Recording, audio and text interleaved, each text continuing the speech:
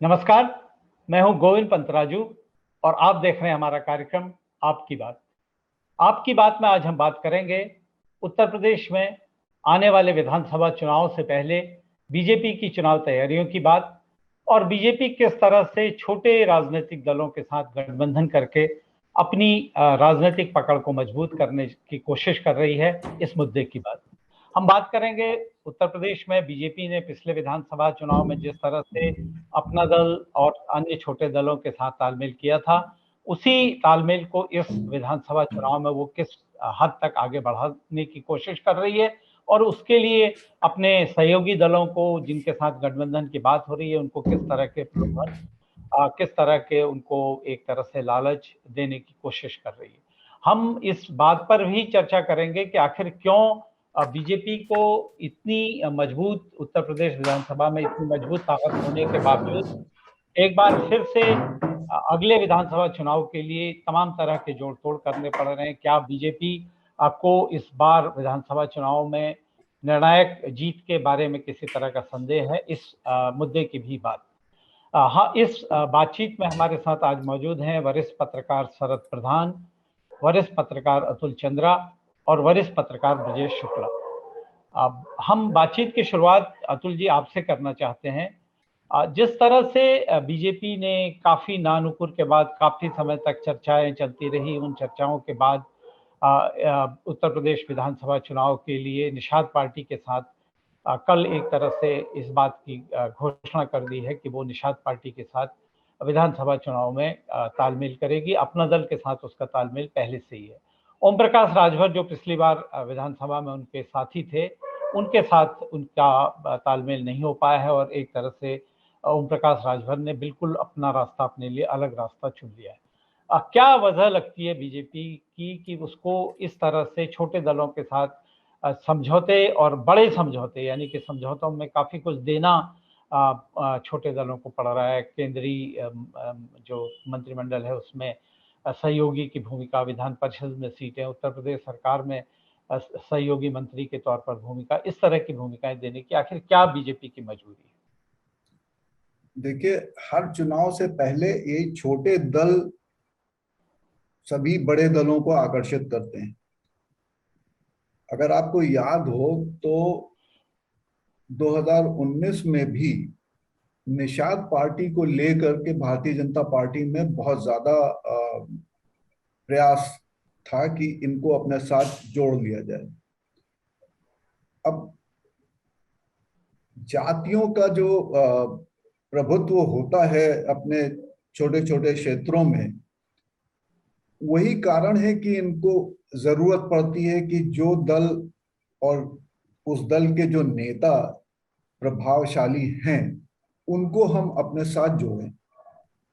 अब अगर आप याद करें तो 2019 में संजय निषाद को लेने के लिए भारतीय जनता पार्टी को कितना प्रयास करना पड़ा, क्या उन्होंने बार्गेन किया। और इस बार भी संजय निषाद डिप्टी सीएम का पद मांग कर रहे थे। अब मांगने में तो आप कुछ भी कर सकते हैं, लेकिन वो तो नहीं मिला, पर जरूर कोई ऐसा उनको आश्वासन मिला होगा कि चुनाव जीतने के बाद हम ये करेंगे। तो इनको अपने साथ उन्हें लाना पड़ा। इससे पहले समाजवादी पार्टी के साथ थी निषाद पार्टी, और उनके पक्ष में भी निषाद पार्टी के रहते हुए समाजवादी पार्टी काफी अच्छी स्थिति में थी, पूर्वांचल में विशेषकर। तो अब पूर्वांचल को लेकर के जब सारा मतलब एक तरह से बड़ा अहम चुनाव होगा पूर्वांचल का, तो इसलिए वहां पर तो वो किसी भी दल को नहीं चाहेंगे कि वो छूट जाए। राजभर की बात यह है कि राजभर तो बिल्कुल ही रिलायबल आदमी नहीं है। संजय निषाद तो फिर भी आपसे बात कर लेगा, उसकी मांगे होंगी, उसमें आप 1/4 पूरी कीजिए, बाकी कह दीजिए आगे करेंगे, वो मान जाएगा, क्योंकि वो देखता है कि हवा किस तरफ की बह रही है। राजभर जो है वो बिल्कुल हम तो कहेंगे कि वो भरोसे लायक नहीं है। जो जितना अभी तक उनका चरित्र रहा है उस हिसाब से वो नहीं है। लेकिन ये जो सभी बड़े दलों का प्रयास रहता है कि वो जो इम्पोर्टेंट छोटे दल हैं उनको अपने साथ लें, क्योंकि वो अगर 5-5 सीट भी आ जाती है, 10 सीट आ जाती है, कुछ भी होता है तो वो उनके लिए काफी महत्व का होता है। तो यही है जिसकी वजह से आज संजय निषाद की, आज ही क्यों, मतलब अभी तक संजय निषाद या निषाद पार्टी को इतना महत्व दिया जा रहा है, क्योंकि उसका परिणाम पार्टी के लिए, बड़ी पार्टी के लिए अच्छा होता है। बिल्कुल। जो हिस्सेदारी है वो हिस्सेदारी इसलिए है कि आपको सत्ता ठीक से आप सत्ता में आप वापस आ सकें। ब्रजेश जी, जो निषाद पार्टी है इसको इतना महत्वपूर्ण क्यों समझा जा रहा है? आपको क्या लगता है इसके पीछे क्या कारण? देखिए, निषाद पार्टी नहीं, कोई भी इस तरह के दल हो जो जाति पर आधारित है, और इसका सर्वाधिक प्रभाव आप पश्चिम में नहीं देखेंगे, ये पूर्वांचल में ज्यादा है इसका असर। पूर्वांचल में आप देखिए, वास्तव में जब मायावती का मिशन आगे बढ़ा, काशीराम का मिशन आगे बढ़ा, तो लोगों ने देखा कि एक जाति के भरोसे राजनीति के में कहां तक पहुंचा जा सकता है। उसके बाद एक बाढ़ आ गई, पीस पार्टी और महान दल और राजभर की पार्टी और ये निषाद पार्टी और ये अनुप्रिया पटेल, जो सोनेलाल पटेल जब उनसे हटे तो उन्होंने कुर्मियों की एक दल बना लिया। तो एक बाढ़ आई और उस दलों ने एक ऐसा आवरण बनाया कि साहब वो सिद्धांत के आधार पर दलितों के उसके लिए, हित के लिए, पिछड़ों के लिए लड़ रहे हैं। लेकिन आप पूरा गौर करिए, हुआ क्या कि सारी पार्टियां एक परिवार के, अपने परिवार के इर्द गिर्द घूमती हैं, लेकिन इनका असर थोड़े एक समूह में होता है। आप नहीं कह सकते बहुत विस्तार से, क्योंकि मैं निषाद पार्टी का मैं देख रहा हूं जिस ढंग से इधर उधर किया है उन्होंने, तो उसका विरोध भी उन्हीं के समाज में हो रहा है। और जैसे ओम प्रकाश राजभर का भी भारी विरोध है उनके समाज में। लोगों को लगता है साहब सिर्फ अपने परिवार के लिए कर रहे हैं, और ये बाकायदे एक मैसेज, आप किसी को ऐसा नहीं प्रचार कर सकते, आप अपने आप ही लोग देखते हैं। तो लेकिन होता क्या है, एक चुनावी टेम्पो बनता है कि साहब मेरे, उनके साथ इतने दल हैं तो मेरे साथ भी इतने दल हैं, ये उनके साथ बैकवर्ड की पार्टियां तो मेरे साथ भी बैकवर्ड की पार्टियां हैं। ये संदेश और संकेत है चुनाव का। इन्हीं के बल पर पुनः चुनाव लड़ा जाता है। चुनाव संदेशों से लड़ा जाता है, संकेतों से लड़ा जाता है, और उसी के प्रतीक ये छोटे दल हैं, ये जानते हैं। अब ये बड़ी बड़ी बातें करते हैं।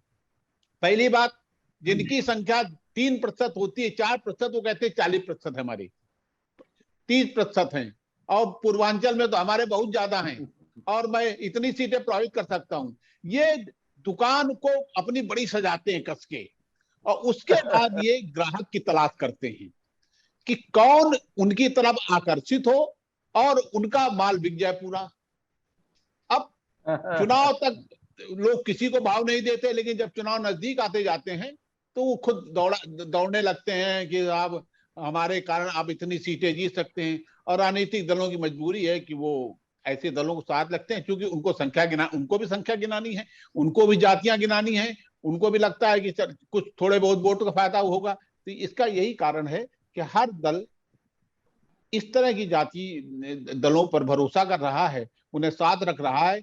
इसका फायदा जितना होगा, वास्तव में ये संदेश है और संकेत है, इसको भेजने के लिए सब कुछ किया जा रहा है। बिल्कुल। जैसे समाजवादी पार्टी ने तो बहुत पहले कह दिया था कि वो उत्तर प्रदेश में छोटे राजनीतिक दलों को मिलाकर उनके साथ काम करेगी। इस तरह के संकेत तमाम राजनीतिक दलों ने दिए। लेकिन शरद जी, मैं आपसे एक चीज जानना चाहता हूँ। जो संजय निषाद हैं, इनकी भूमिका गोरखपुर के इर्द गिर्द बहुत महत्वपूर्ण रही है, और हमने देखा कि एक उपचुनाव में योगी आदित्यनाथ से जुड़ी गोरखपुर की सीट पर बहुत किरकिरी योगी आदित्यनाथ के मुख्यमंत्री रहते हुए हुई थी, जब निषाद पार्टी और ने बाकी पार्टियों के साथ तालमेल करके बीजेपी को उस सीट पर एक तरह से हराया था। तो आपको क्या ऐसा नहीं लगता कि उस उपचुनाव के जो सबक हैं उसकी वजह से योगी आदित्यनाथ पर भी ये दबाव है कि वो पूर्वांचल में कम से कम जो उनका अपना नितांत अपना गढ़ कहलाता है, अपना इलाका कहलाता है, उस इलाके में बीजेपी के लिए कील कांटे सारे दुरुस्त कर ले, किसी तरह के संभावित जो खतरे हैं उनको पहले से ही सब निपटाने की तैयारी करें? क्या इस वजह से संजय निषाद और उनकी पार्टी को इतनी महत्वपूर्ण भूमिका दी जा रही है? बिल्कुल गोविंद, ये बिल्कुल सही कहा आपने। और देखिए, ये चुनाव जो हो गए हैं वैसे हमेशा ही रहे हैं कि साम दाम दंड भेद, तो कोई भी पार्टी हो, बीजेपी का ऐसा लगता था कि शायद इसे इस तरह प्रकार की जरूरत ना पड़े, क्योंकि नरेंद्र मोदी के जादू पे इलेक्शंस जीते जा रहे थे और किसी दूसरे व्यक्ति की आवश्यकता नहीं थी। और तमाम दलों को आप सोचिए, तमाम छोटी जातियों को जो अलग अलग उसमें बटी हुई थी, बहुत सी मायावती के साथ थी, मायावती का वोट बैंक में सबसे बड़ी सेंध अगर लगाई तो नरेंद्र मोदी ने 2014, उसका वही नतीजा है कि वो जो वोटर था उसको खींचने के लिए आज की डेट में उन्हें जरूरत पड़ रही है इस प्रकार के एक्शंस लेने की। 19 से जरूरत पड़ गई कि भाई अब ये निषाद ना चले जाएं। और जैसा ब्रजेश ने कहा कि हर एक ने अपनी बार्गेनिंग पावर बना ली और अपने उस हिसाब से सौदेबाजी होने लगी, और इसका देखिए नतीजा कितना खराब होता है। ये तमाम छोटी, उधर अखिलेश ने कह दिया हम छोटी पार्टियों से करेंगे, तो बीजेपी मुझे लगता है घबरा गई, डिस्पाइट द फैक्ट कि वो इतनी ज्यादा शक्तिशाली पोजीशन में थी। लेकिन उसको लगने लगा कि शायद ये वाला वोट कहीं हमारे से खिसक ना जाए।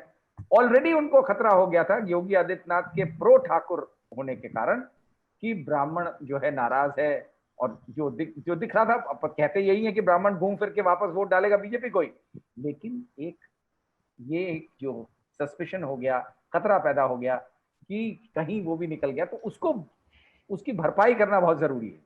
और कहने को तो अनाप शनाप कुछ भी बोल देते हैं नेता, क्यों वो बोल रहे थे, उन्होंने बोला हम 350 जीतेंगे, अब आज कह रहे हैं 350 से भी ज्यादा जीतेंगे। जब अखिलेश यादव ने कह दिया 400 जीतेंगे, अगर सारी, और कांग्रेस कह रही है हम सरकार बनाएंगे, मतलब बीएसपी कह रही है हम संपूर्ण बहुमत से सरकार बनाएंगे, वहां ओवैसी तक सरकार बनाने की सोच रहे हैं। मतलब ऐसा लगता है जैसे यूपी में 1500 सीटें विधानसभा में हो जाए, सबकी तमन्ना पूरी हो जाए। बहरहाल ये जो है आज की डेट में ये जो छोटी पार्टियां खतरा इस तरह पैदा करती हैं कि जो केवल, जैसा ब्रजेश ने कहा, जाति पे आधारित हैं और अपनी न्यूसेंस वैल्यू बना करके दिखला करके कि देखिए हमारे पास ये है इतना है, और हर पार्टी गिरने लगती है उनके चरणों में।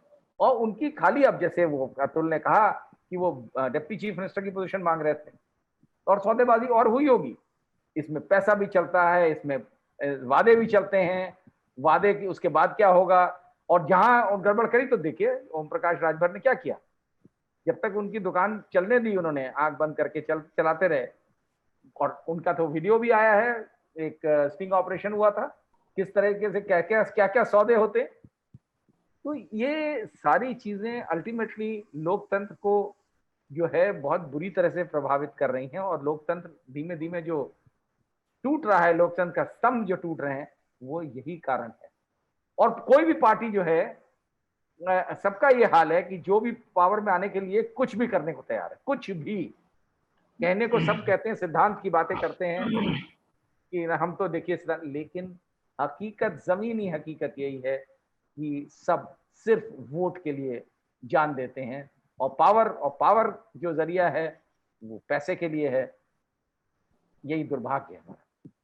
एक चीज गोविंद जी, एक चीज हम बस शरद के उसमें आपके प्रश्न के संदर्भ में जोड़ना चाहेंगे कि जब गोरखपुर का उपचुनाव हारे, उस वक्त बीजेपी ने जी तोड़ कोशिश कर ली थी कि उसके बाद कि संजय निषाद किसी भी कीमत पर उनके साथ जुड़े। और जहां तक हमको याद है, ये ब्रजेश जी इसको कंफर्म करेंगे कि हम सही हैं या नहीं, इनके लड़के को फिर टिकट दिया गया था। जी।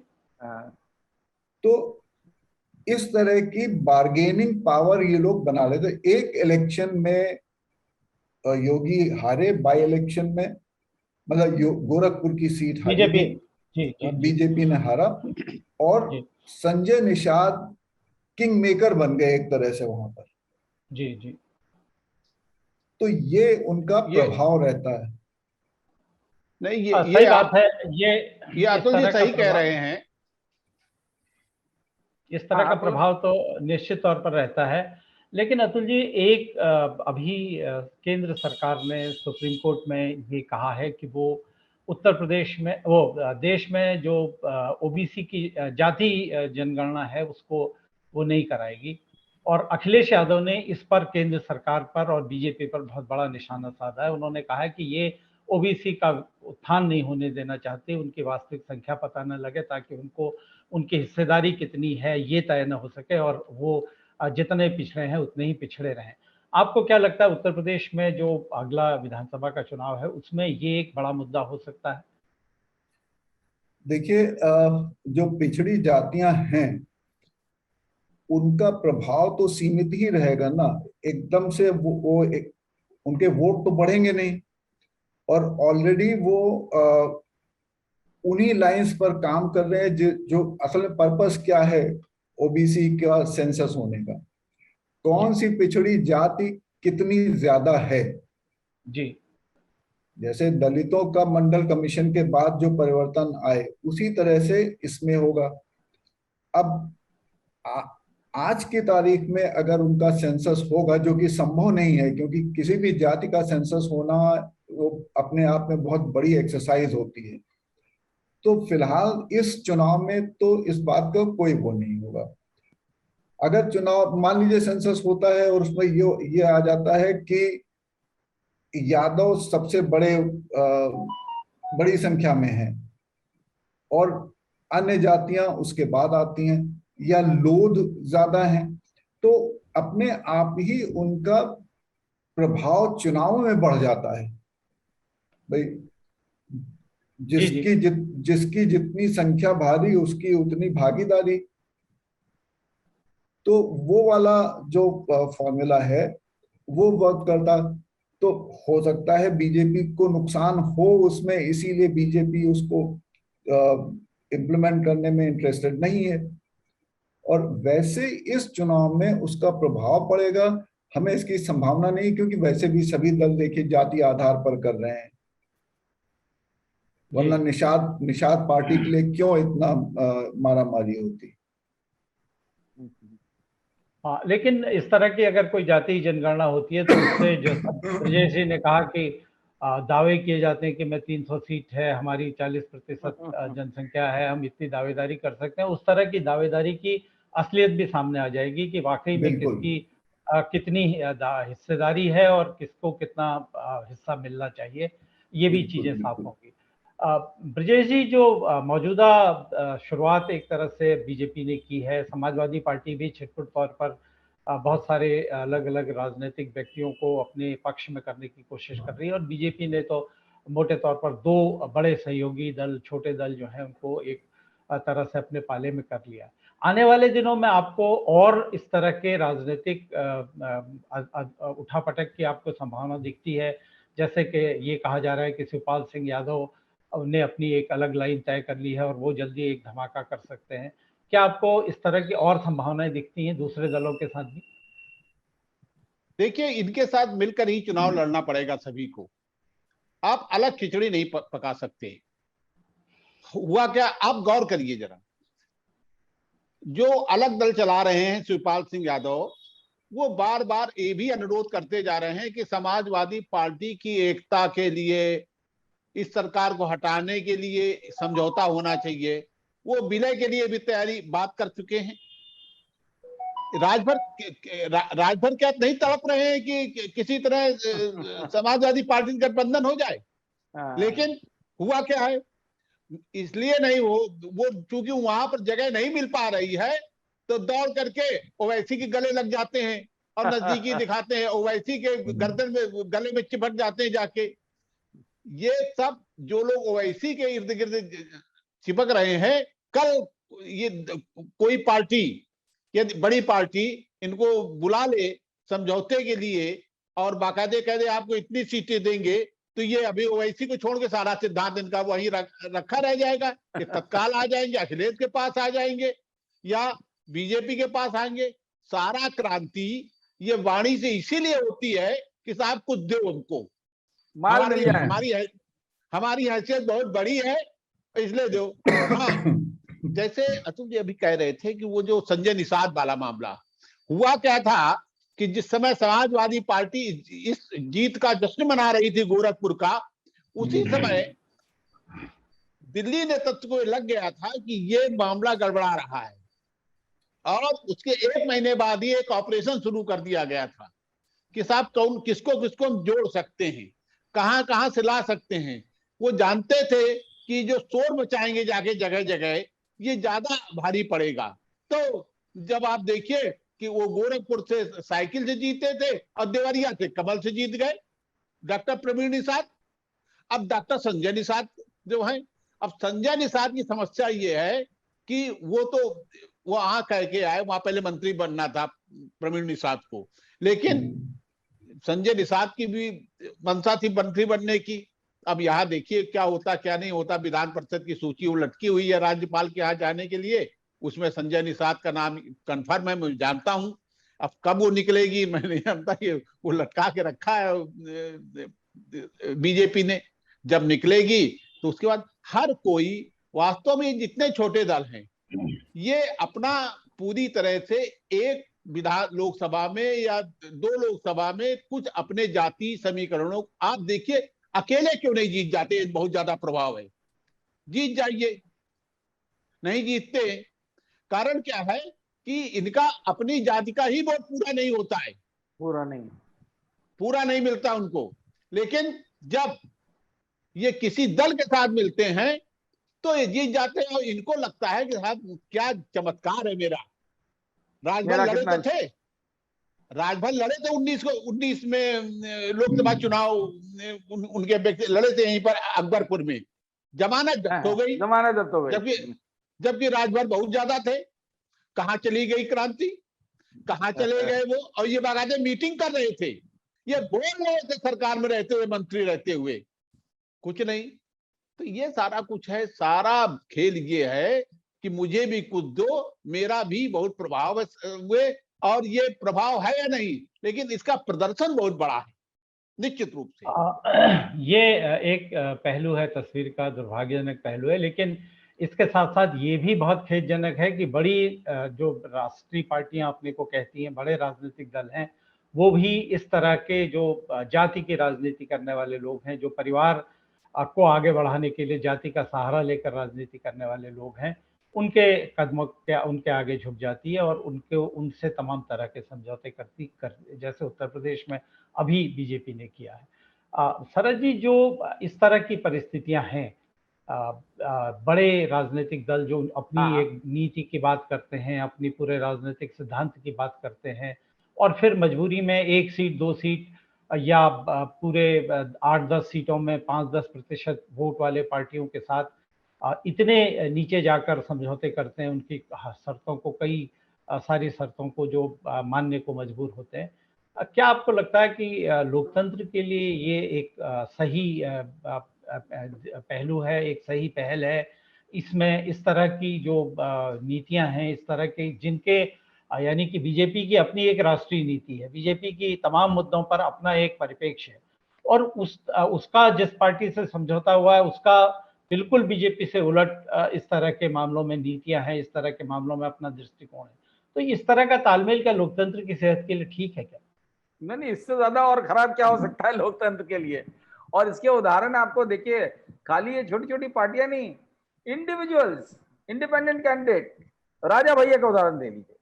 राजा भैया को कल्याण सिंह जैसा सख्त मुख्यमंत्री, जो क्रिमिनल्स के खिलाफ और भ्रष्टाचार के खिलाफ जिनका काफी अच्छी उन्होंने अपनी वो बना ली थी, लेकिन जब नौबत आई बीजेपी के डूबने की, सरकार के डूबने की, तो राजा भैया को भी उन्होंने अपने यहाँ लिया और मंत्री बनाया। बार्गेन किया उसने कि मुझे मंत्री बनाओ, तो मंत्री बनाया गया, बढ़िया विभाग दिया। और वही राजा भैया हर सरकार में बार्गेन करके, चाहे किसी की भी सरकार हो, मंत्री बनते रहे, अकेले क्या भी बने। बस मायावती से क्योंकि एक व्यक्तिगत वो हो गया था, वरना जो है कोई वो नहीं था इस तरह के। और लोगों को लिया मायावती ने, बड़े बड़े क्रिमिनल्स जो समाजवादी पार्टी में थे, वो तब तक उनको बड़ी मायावती बुरा भला कहती थी, लेकिन जब जरूरत पड़ी तो अपने यहाँ ले लिया और कहा कि नहीं साहब, वो जब उनके यहाँ था तब तो क्रिमिनल था, वो हमारे यहाँ आके ठीक हो गया। तो ये जो चला आ रहा है, ये इससे ज्यादा गिरावट लोकतंत्र में क्या। अब आप इन्हीं शरद को जी, देखिए। हाँ हाँ, बोलिए ये बोलिए। 2009 में हाँ एक बनारस में एक रैली हुई थी, मायावती ने संबोधित किया था। हाँ मुख्तार अंसारी चुनाव लड़ रहे थे हाथी बसपा से, हाँ और हाँ हाँ हाँ मायावती इन्होंने रॉबिन हुड करार दिया था। हाँ हाँ, बिल्कुल बिल्कुल, अच्छा याद आया आपको। हाँ वही, और वही वही मुख्तार अंसारी जो है, अब आज आज आज के बीजेपी ने उनके खिलाफ जबरदस्त कार्रवाई करी है। अतीक अहमद का भी यही रहा, बदलते रहे, सपा बसपा में जाते रहे। तो और इन सबका रवैया हो जाता है कि तुम्हारा, अब आज भी ठीक है, मुख्तार अंसारी अतीक अहमद के खिलाफ कार्रवाई हुई है, लेकिन जो ठाकुर क्रिमिनल हैं वो ऐश कर रहे। तो ये बड़ा दुर्भाग्य है, और इस तरीके के नाजायज लोग लोकतंत्र में पनप रहे हैं इसी कारण से कि पार्टियों को अपने आप को सत्ता में रखने के लिए कुछ भी करने को तैयार रहते हैं। बात करते हैं सिद्धांतों की, बात करते हैं अपने उसूलों की, लेकिन जब ऐसी नौबत आती है तो बड़ी आसानी से कॉम्प्रोमाइज कर लेते हैं।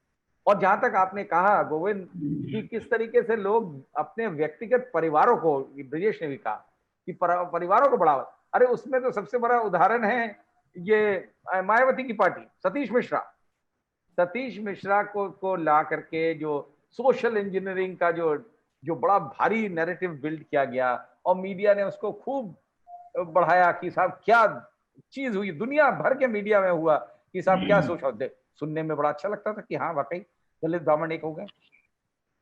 किस ब्रजेश बताएंगे किस ब्राह्मण का उसमें भला हुआ?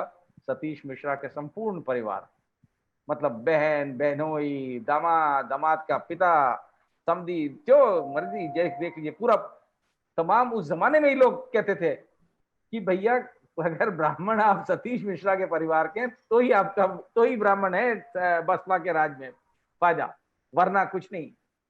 बताइए ब्रजेश, गलत बता रहा हूं मैं? देखिए, यही कारण है, हर चीज लोग याद रखते हैं।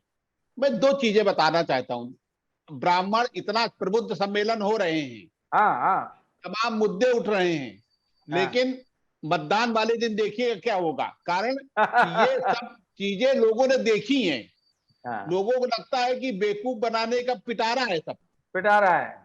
हाँ, तो वो कहते साहब ठीक है, गड़बड़ हो रहा सब कुछ है, लेकिन अब क्या करें, उनसे तो अच्छे यही हैं। यही है। वो सिर्फ अपने अपने को दे रहे थे। हाँ, ये सारी अच्छा है ये। चीजें। दूसरा चीज मैं बताना चाहता हूं आपको, भर्ती हुई उसकी सफाई कर्मचारियों की। हुआ ये कि जो सदियों से अपना वो कूड़ा दूसरे का मैला उठा रहा था, हाँ, वो तो नहीं भर्ती कहीं हुए। ये सब सवर्ण लोग भर्ती हो गए। समझ लो कारण बच्चे। क्या? इनके पास धन था। हाँ, ये सब इतना मैसेज गलत गया उस 5 सालों का। उसके बाद 12 के बाद देखिए, बसपा कोई मायावती का चुनाव जो नहीं जीत पाई है। कोई हाँ, गिरती गई, गिरता गया कारण क्या ग्राफ। है? हम लोग समझते हैं कि कोई देखता नहीं, सब देखते हैं। गांव वाले ज्यादा चतुराई से देखते हैं, ज्यादा उससे देखते हैं। इस चीज को हम लोग समझते हैं कि चलो ठीक है, जो कर रहे हैं। ऐसा नहीं है। सत्ता जब आती है तो मदान्धता आती है, लेकिन जब मदान्धता आती है तो फिर उसके बाद सत्यानाश भी हो जाता है। बिल्कुल। बिल्कुल। इसलिए लोग सतर्क रहना चाहिए। उत्तर प्रदेश में जितनी भी तरह के अंतर्विरोध रहे हैं, जितनी तरह के भी जातीय समीकरण जोड़ तोड़ करने की कोशिश की गई है, वो सब अपनी जगह है। लेकिन उत्तर प्रदेश की जनता उन सब से ऊपर है, और हर बार अगर हम पिछले 3 विधानसभा चुनाव को देखें तो उसने हर सत्तारूढ़ पार्टी का दम्भ जो है वो तोड़ा है, और नई पार्टी को, नए राजनीतिक दल को मौका दिया है। उत्तर प्रदेश का जो अगला चुनाव है वो जनता, उसमें क्या जनता का जनादेश होता है, ये तो अभी कम से कम 5-6 महीने दूर है। लेकिन जो राजनीतिक दलों का हमारा जो चरित्र है वो बहुत अलग तरह से जनता के बीच में साफ साफ दिखाई देने लगा है। और जो चाहे वो जाति छोटी पार्टियों को अपने पक्ष में, उनके नेताओं को किसी भी कीमत पर खरीद लेने की बड़ी पार्टियों की कोशिश हो, या फिर जो व्यक्तिगत प्रतिहिंसा की भी जो भावना है, जैसा कि आज प्रतापगढ़ में जो एक सम्मेलन में एक जो सरकारी सम्मेलन था उसमें कांग्रेस के विधायक और कांग्रेस के बड़े नेता प्रमोद तिवारी और बीजेपी के स्थानीय सांसद के समर्थकों और उनके बीच में जिस तरह से हाथापाई हुई है, मारपीट हुई है, तोड़फोड़ हुई है, गाली गलौज हुआ है, इस तरह की घटनाएं ये निसंदेह लोगों को डराती हैं, जनता को डराती हैं। और उत्तर प्रदेश में अगर इस तरह की घटनाओं की पुनरावृत्ति होती रहे और चुनाव से पहले इस तरह की घटनाएं बढ़ती रहें तो ये कहीं न कहीं स्वस्थ जनादेश के खिलाफ एक तरह की इसको साजिश कहा जा सकता है। हम उम्मीद करते हैं कि जो राजनीति में आने वाला दिन वक्त है, आने वाला समय है, उसमें कम से कम इस तरह की घटनाओं की पुनरावृत्ति न हो, इस तरह की चीज़ें देखने को न मिलें। इसी के साथ हम आपकी बात को आज यहीं पर समाप्त कर रहे हैं। हम अपने तीनों जो वक्ता हैं उनका धन्यवाद करते हैं और हम अपने जो दर्शक हैं उनका आह्वान करते हैं कि वो हमको सब्सक्राइब करें, हमको लाइक करें, हमको शेयर करें और हमको अपनी टिप्पणियों से, अपनी राय से, अपने विचारों से अवगत कराएं ताकि द फ्री प्रेस के जरिए एक स्वतंत्र और निष्पक्ष पत्रकारिता को आगे बढ़ाने की जो कोशिश हम कर रहे हैं वो कोशिश चलती रहे, वो कोशिश सफलता तक पहुँचे और हम उत्तर प्रदेश को एक बेहतर राज्य बनाने की कोशिश में अपना योगदान कर सकें। आप सबका आभार, धन्यवाद, नमस्कार।